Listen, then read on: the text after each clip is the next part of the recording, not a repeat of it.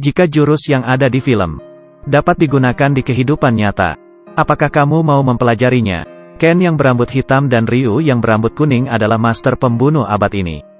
Dan juga murid gangkuan. Hari ini Ken dan Ryu datang ke dojo baru. Mereka sudah lama berlatih bersama. Akhirnya mereka pantas berlatih Hakata. Master gangkuan pertama-tama membawa mereka berdoa kepada ketua generasi sebelumnya. Lalu berkata kepada Ryu dan Ken untuk menghormati guru. Mulai besok mereka berlatih Hakata. Mereka menghormati para ketua pendahulu.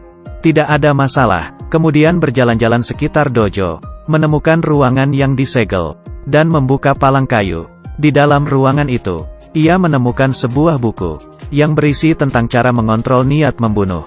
Karena dia tidak sempat membacanya, Ryu pun menyembunyikan buku itu.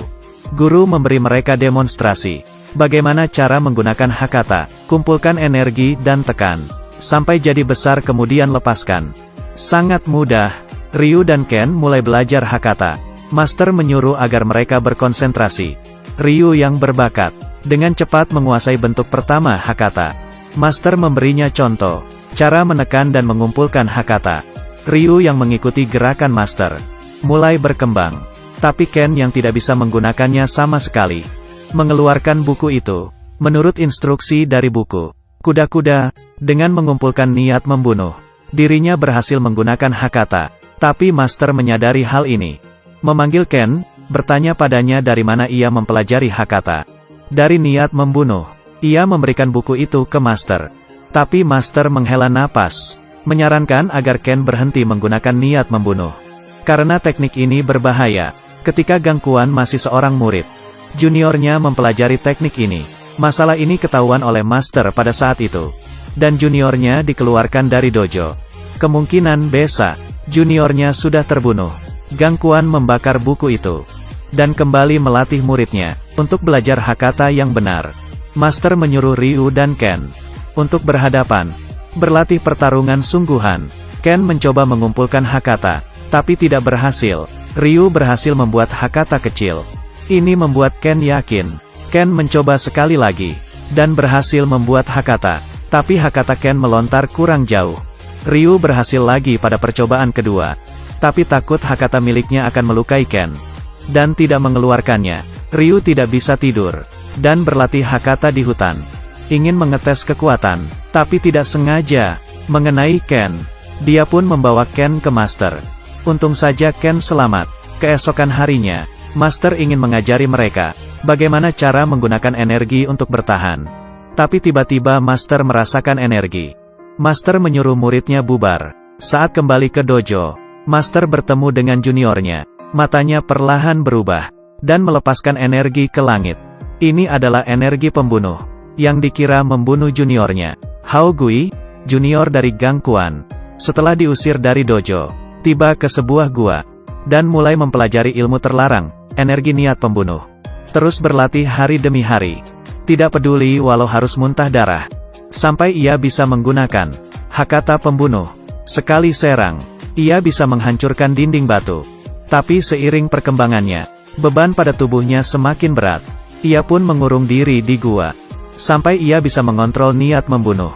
Saat keluar dari gua, dia membaur dengan alam, menggunakan Hakata ke danau, menangkap ikan untuk dimakan, berlatih hari demi hari, untuk menguasai kekuatan kegelapan. Dia menggabungkan tekad dan niat membunuh menjadi satu. Dirinya tidak berhasil dan menjadi jahat. Akhirnya muncul ledakan energi pada hari ini. Dia berhasil. Kemudian tengah malam, kembali ke dojo. Antara dia dan Master masih ada dendam. Hao Gui melepas semua energi kegelapan, melayangkan tinju ke atas, menendang ke depan, menghempas Master, menembakkan Hakata, dihindar oleh Master. Kemudian Master juga mengeluarkan Hakata, seimbang dengan Hakata Hao Gui. Lalu melanjutkan pertarungan jarak dekat. Hao Gui menggunakan tendangan badai dan tinju naga terbang. Master mendarat dengan mantap, mendorong Hao Gui ke pohon, dan menggunakan tendangan badai menyerangnya bertubi-tubi. Mengeluarkan Hakata satu tangan, yang menjebol batang pohon. Master mengeluarkan Hakata terkuat miliknya, tapi ia tidak menyangka Hao Gui menguasainya. Teknik terkuat tinju pembunuh. Kematian neraka instan. 1000 serangan. Dalam sekejap, ia mengalahkan Master. Ketika gangguan tiba, hanya tersisa punggung Hao Gui. Sekarang Hao Gui kembali ke dojo, hanya untuk merebut posisi, karena kepala dari setiap generasi dojo hanya ada satu orang saja. Gangguan menolak, tapi Ryu dan Ken datang. Hao Gui sadar, Gangguan menerima murid tanpa izin, dan sangat marah. Untuk melindungi muridnya, Gangguan bersedia untuk bertarung dengan Hao Gui. Tapi tanggal pertarungan ditentukan dirinya. Hao Gui pergi dengan senang. Tentu saja Master tidak akan bertarung dengan Hao Gui. Mereka pun meninggalkan dojo. Ketika mereka menetap di tempat terpencil, Ryu dan Ken sudah menguasai dasar tinju pembunuh. Sisanya harus mereka pelajari sendiri. Mereka berlatih di pinggir sungai.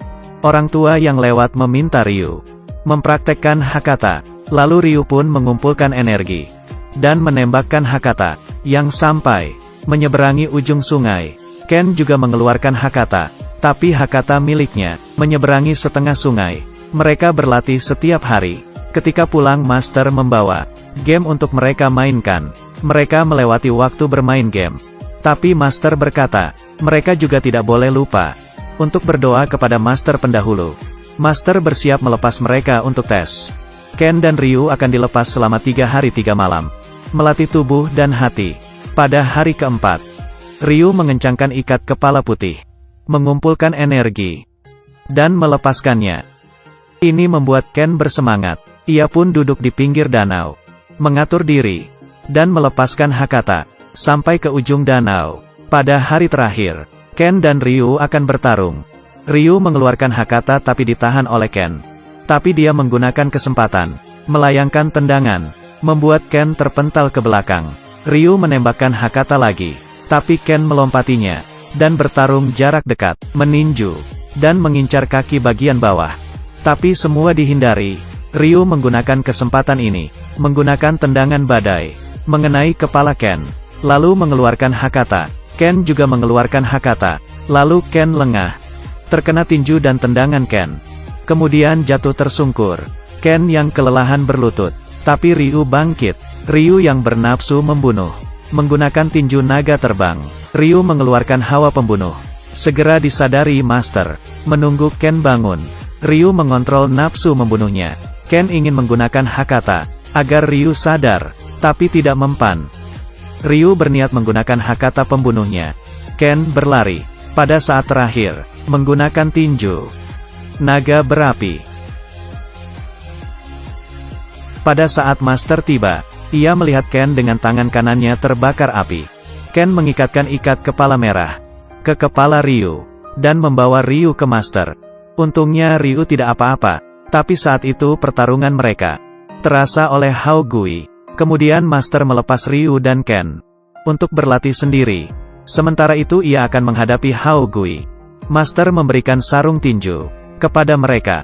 Kemudian mereka bertiga memulai latihan terakhir. Kuda-kuda yang baik, posisi yang sigap, pukul, tendangan bawah, Hakata, tinju naga terbang. Master kemudian memberi Ryu sebuah sabuk, angin hutan api gunung. Cepat seperti angin, tenang seperti hutan. Berkobar seperti api, tangguh seperti gunung. Master berharap Ryu dapat menunjukkan bela diri terbaik. Ryu memeluk Master, kemudian pergi. Master pun tidak tega, tapi ia memiliki misi yang harus diselesaikan. Master menggunakan pakaian bertarungnya, berdoa di depan altar Master sebelumnya. Di luar dojo, ia pun menunggu kedatangan musuhnya. Tapi tidak tahu kapan, Hao Gui sudah tiba. Master melepas gelangnya, dan Hao Gui memasang kuda-kuda. Master mengeluarkan energinya. Pertarungan ini, siapakah yang akan menang?